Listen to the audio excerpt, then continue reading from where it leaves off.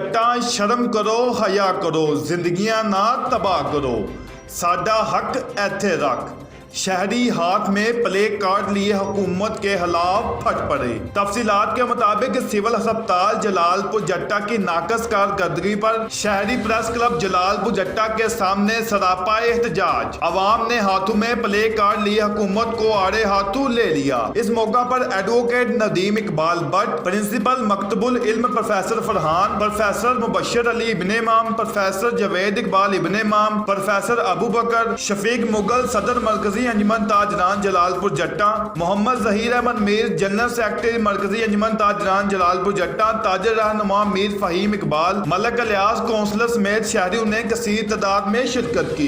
इस मौका पर एडवोकेट नदीम इकबाल ने गुफ्तगू करते हुए कहा कि सिविल अस्पताल जलालपुर जट्टा की अपग्रेडेशन हमारी बुनियादी जरूरत है। गुज़िश्ता रोज पेश आने वाला वाक़या इंतहाई अफसोसनाक है। तिब्बी सहूलियात की फराहमी में अरबाब अख्तियार की अदम दिलचस्पी कई जानों का ज़िया कर चुकी है। पाकिस्तान का शहरी होने के नाते हमारा बुनियादी हक दिया जाए। सेहत और तालीम हर शहरी का बुनियादी हक है। जबकि दूसरी जानब प्रिंसिपल मकतबुल इल्म प्रोफेसर फरहान ने गुफ्तगू करते हुए कहा कि जलालपुर जट्टा की आबादी 2 लाख से तजावुज कर गई है, लेकिन सेहत के हवाले से गुज़िश्ता कई सालों से कोई नया अस्पताल अमल में ना लाया जा सका। सानहा खालियां रोड और गुज़िश्ता रोज पेश आने वाला वाक़या इंतहाई अफसोसनाक है। दोनों वाक़यात में तिब्बी सहूलियात की अदम दस्तयाबी की वजह से जानों का ज़िया हुआ। मजीद उन्होंने अरबाब एहतियात से अपील करते हुए मुतालबा किया कि जल्द अज जल्द सिविल अस्पताल जलालपुर जट्टा को अपग्रेड किया जाए और ट्रामा सेंटर बनाया जाए ताकि अवाम को तिब्बी सहूलियात फराहम की जा सके। बाद अज़ां शहरों ने सिविल अस्पताल के सामने नारे लगाकर अपना एहतजाज रिकॉर्ड करवाया।